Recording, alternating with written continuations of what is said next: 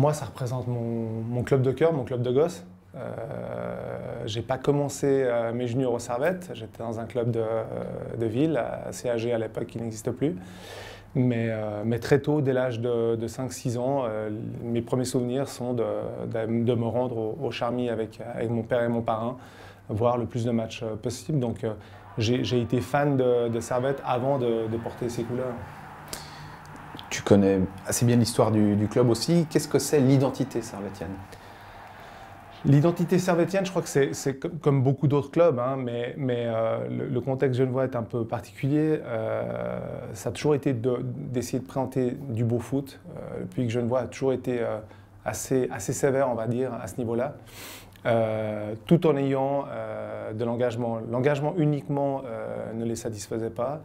Et ne les satisfait pas. Et puis, un jeu moyen non plus. Donc c'est une combinaison des deux, tout en sachant reconnaître et les artistes et les besogneux, les travailleurs. Ensuite, c'est un public hétéroclite, hein, comme sa population. Donc il y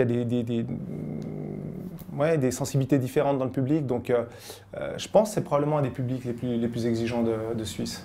Tu parles de sensibilités différentes, ça se traduit comment?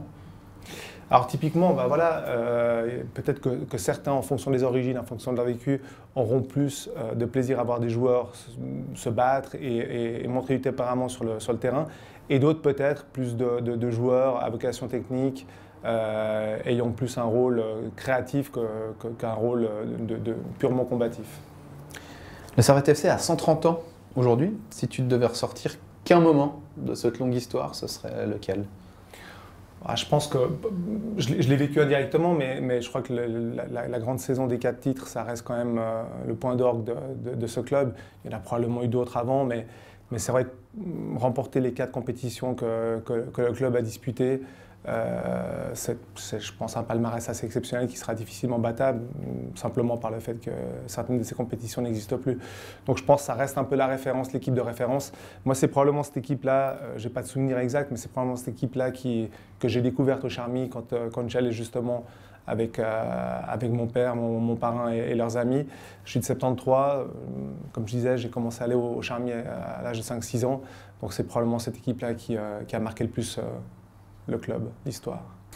171 matchs pardon, avec le Servette FC, si tu devais en sortir que un. Alors, j'ai jamais revu aucun de mes matchs. J'ai rarement revu des matchs, des reflets ou autres. Mais par rapport à l'impact, par rapport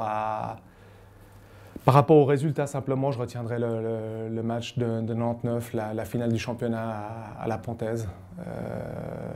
Ouais, vu le contexte, vu la dramaturgie presque du match, le résultat, si je dois me retenir qu'un, ce serait celui-là.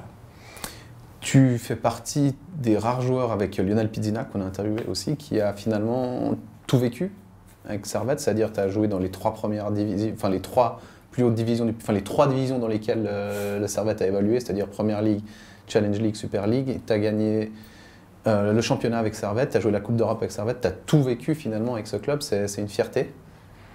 Oui, bien sûr. Alors déjà, pour moi, à titre personnel, d'avoir atteint la première équipe, c'était déjà une énorme fierté parce que ce n'était pas cousu de fil blanc.